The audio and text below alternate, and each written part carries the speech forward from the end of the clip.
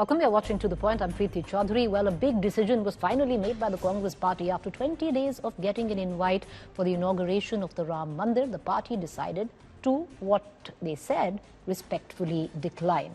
Mallikarjun Kharge, Sonia Gandhi, Adhiranjan Chaudhary declined the Ram Mandir invitation today. The Congress party called the much-awaited inaugural of the Ram Mandir in Ayodhya on January 22nd as a political project of the RSS BJP. They also said that the Saffron party is using the Ram Mandir for electoral gains.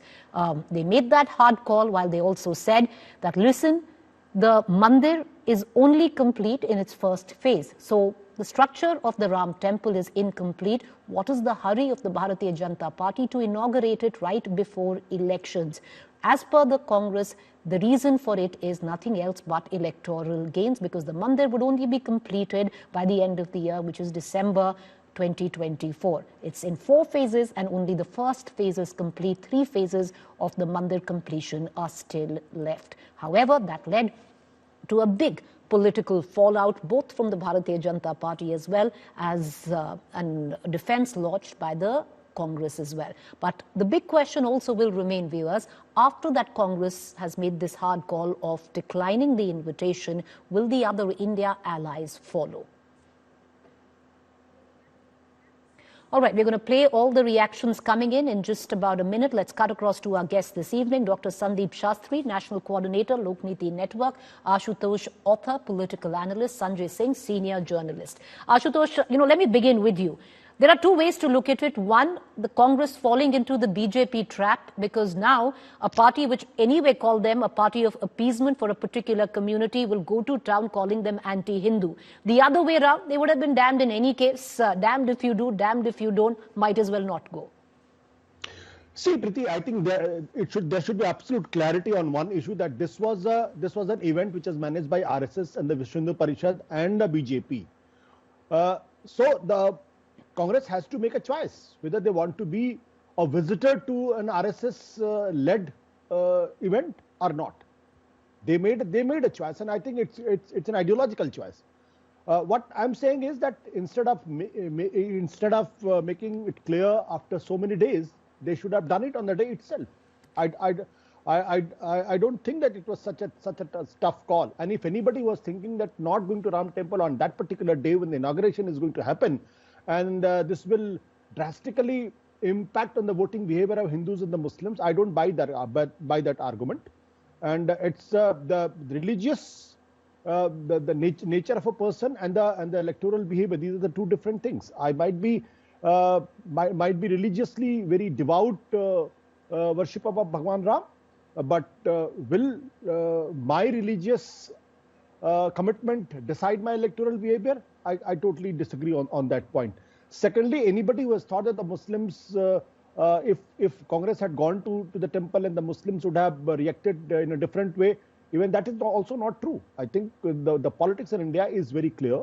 And in that context, in my opinion, the Congress has taken a right decision. All right. Sanjay Singh, do you concur? Because now the BJP is very clear. They've already laid the narrative that the Congress is anti-Hindu. That's why they've decided not to attend.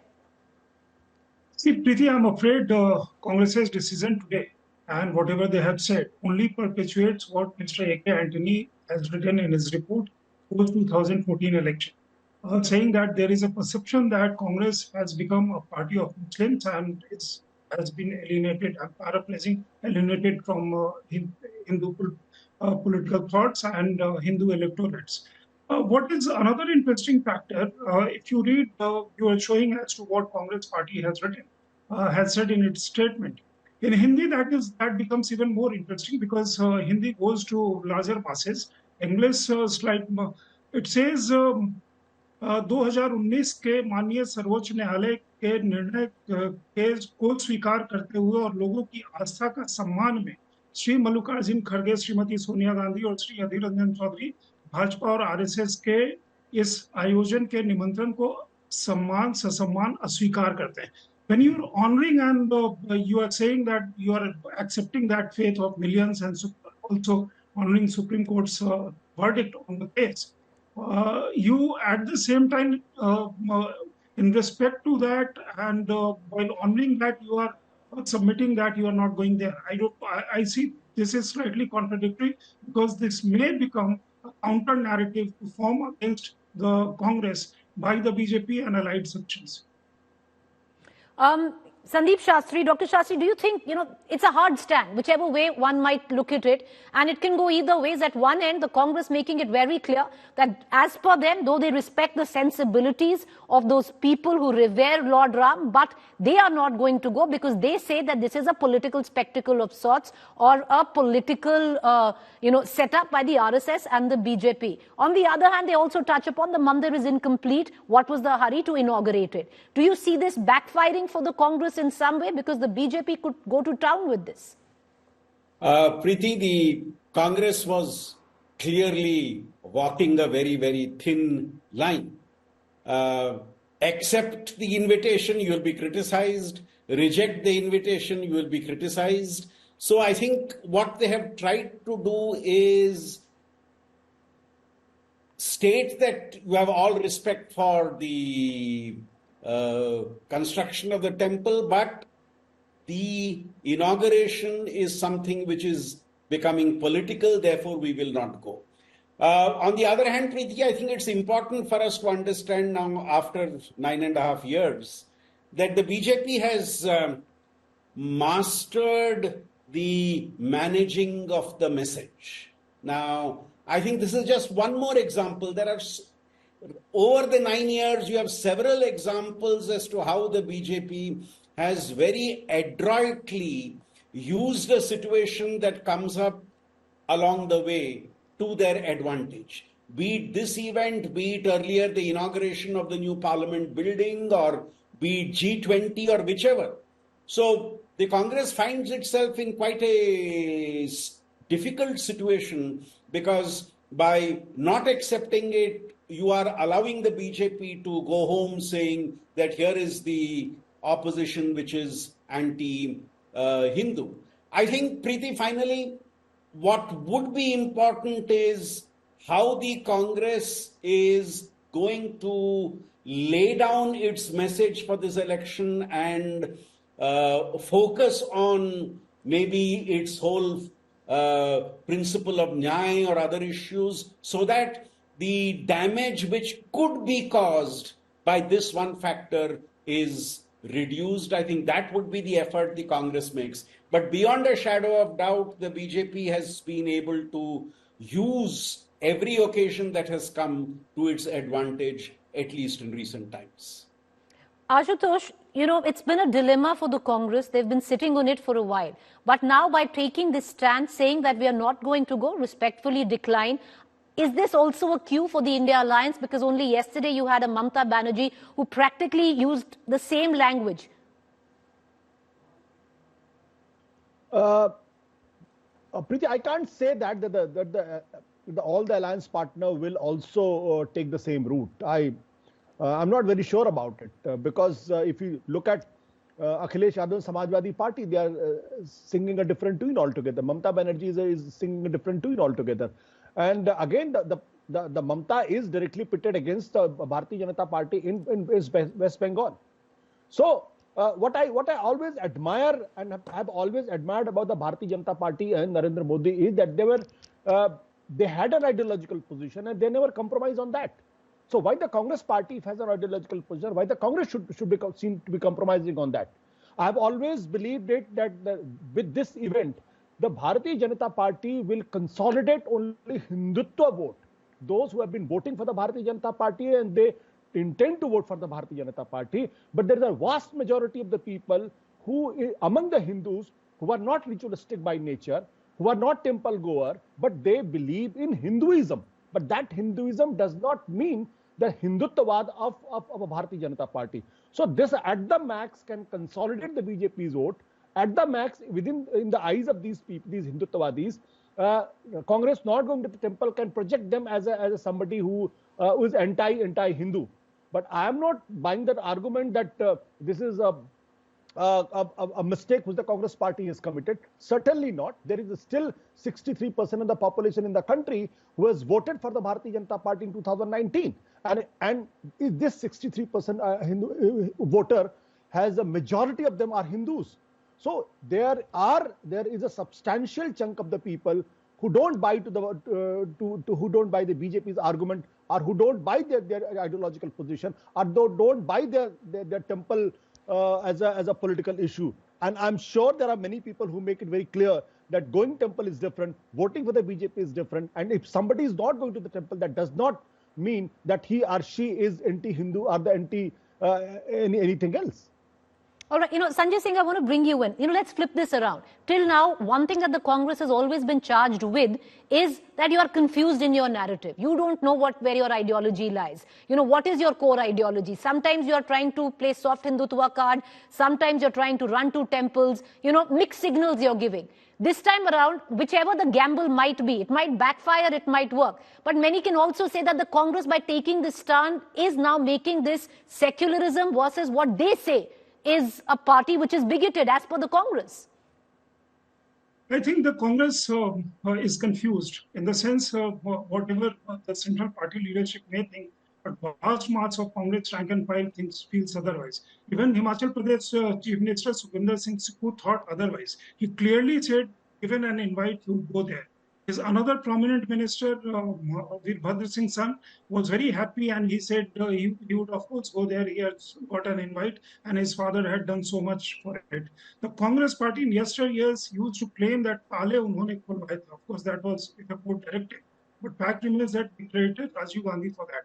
Now, this was again a very difficult situation for Congress. I agree. Maybe strategically, the organizers of the event that day have invited them, knowing fully well as to how they may react, and putting that in public. This Mandir project, of course, was a political project of the BJP and RSS, right from the time when Alampur Adhivesan took place in 1989. There is no denying the fact. But then the BJP tried to make it something of a national Astha issue, and which, in the sense that the kind of message that is going, the kind of celebrations and jubilations and kind of involvement that you see across the country, most parts, I can vouch for parts in North India, even in my building here and my home state out there, this Akshat distribution Samaro is quite a hit, and people are participating in those in large numbers. So Congress, by expressly denying that, and Akhilesh Yadav, RJD, Mamata Banerjee, by saying that, they are somehow positioning themselves to on the other side of the spectrum. A vote there, they already have that kind of vote. In the sense, Muslim and so-called secular and secularist vote, they are not going to add up any further to that, if they are going to take this position. I don't think this is a very correct position for the Congress to take and make that public. Dr. Sandeep Shastri, what now? Because the Congress has now, taken this stand, but you don't know what's going to go down in terms of perception.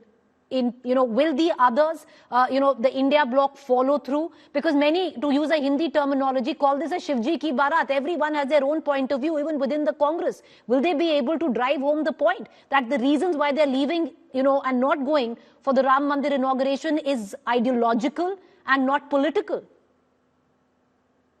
Preeti, I think the alliance may not see a unanimity in perspective on this issue, and they will again try to make a virtue of a necessity, saying that this reflects the diversity of stands on this issue, and they would like to play it out that way. I would also argue that the entire Mandir inauguration developments that you will see in the Hindi heartland, where the BJP has had a very, very high strike rate last time, 10 years of government, whatever little challenges may have come because of that, I think this factor may help offset that. I think the Hindutva vote, or the vote which would come because of this factor, is already with the BJP. And there is nothing more that can be topped up because of this factor. And south of the Vindhyas, as I have been consistently saying on your program, this may not be a major issue when the election happens. But going back to your main question, when it comes to the opposition alliance, I think they would like to put this issue on the back burner, and there may not be a unanimity of stand. And whether they are actually able to put it on the back burner would depend on whether they have an equally weighty issue which they can put as the mainstay of their campaign as they go forward. Right. You know, Ashutosh, the Mandir is an emotive issue, whether we like it or we not, whichever constituency it might talk to directly. Right now, you're in a place where there's a fervor and a frenzy on the opening or the inauguration of the Ram Mandir. On two issues is what the Congress is saying they're not going to go. Number one, they say that this is a political project. Do the voters really care that it's a political project, Ashutosh? Number two, which is interesting, for the first time you have a political party which says the Mandir is incomplete. There are 4 phases, only the first phase is complete. Isn't this for political gain? Will they be able to drive home this point? See, Preeti, Mandir is an emotive issue, but for whom? Is it emotive issue in Kerala? Is it an emotive issue in Tamil Nadu? Is it an emotive issue in Telangana, Andhra Pradesh, in Odisha? This is basically a North Indian phenomenon. Let's accept this fact. BJP is still not an all-India party. It doesn't have a footprints in the large geography of this country. So it is an emotive issue. There is no doubt about it, but only in a very limited sense. And if we think, take the example of Tamil Nadu. Uday Stalin has talked about Sanatan. I don't agree to that. But there is no murmur in Tamil Nadu against the DMK and Stalin. But Ashutosh, that term, but what he said on Sanatan Dharm literally lost the Congress an election in the state of Rajasthan, where people were mostly talking about that. No. Preeti, let's not confuse with the issues. I'm only talking about the Tamil Nadu, where the statement was made. There was no murmur among Hindus. Why? There should have been a revolt there in Tamil Nadu against the DMK government, but nothing happened over there. DMK is very solidly established there over there. But BJP tried to make it an issue in Rajasthan, but people only voted to Bharatiya Janata Party because of the Sanatan. I don't buy that argument. Electoral behavior is not decided by one single issue. There are many issues. True. And it is accumulation of many issues which reflect in electoral 100%. behavior. 100%, Ashutosh, but many would suggest that was also one of the driving issues in the multitude of issues which come in. So what is impacting BJP, what is impacting Congress and the India alliance is the irrelevant, condescending statements on Ram Mandir made by several allies, partner and fair enough. All right, Sanjay Singh, I want to bring you in on this. One issue, of course, that this is a political project. You say that wouldn't matter because this has been the political project of the BJP because it's been a part of their manifesto. The second point, do you think the Congress can take home that point? It's the first political party which is actually raising the fact that the Mandir is incomplete. There are 4 phases to the Ram Mandir. Only the first phase is complete. And to inaugurate a temple much before its completion, isn't this politically trying to milk an inauguration of a temple? Will there be traction on that? I think Congress is making another folly by saying that this is half constructed. This is not an inauguration. This is a pran pratishtha of Ram Lalla's idol. The second thing, there have been instances, even in mega projects, where part of the project is complete and inauguration is done for public convenience. Even as the pran pratishtha has not been done. On your own channel, you have been showing how people from different parts of the country are actually going there and offering. They appear to be very jubilant that Ram Lalla Aayenge, that song is everywhere. So that I don't think resonates with people at large. That part of the project, of course, people go there, see this part is not completed and this part is going to be completed in due course. There is also a tithi for this. Congress is able to say that, as Lalu Prasad Yadav had once said in 2014, Narendra Modi had taken oath that on this call nobody takes oath and therefore this government is doomed. That did not happen. On the contrary, something else happened. So if the Congress is... All right. Okay. Gentlemen, I'm running terribly short of time, but you're right there. And especially at least where Ayodhya is concerned, some of you might call it myopic of only being Ayodhya and the Hindi heartland. But the sense is there, a sense of jubilation, at least the reports that are coming in. They don't quite care whether the Mandir is complete or whether this is a pet project of the BJP or the RSS in that fact. But we'll only know it's a hard stand taken by the Congress. Will it backfire, or has Congress finally taken an ideological stand? Well, we'll only know when that last vote is counted.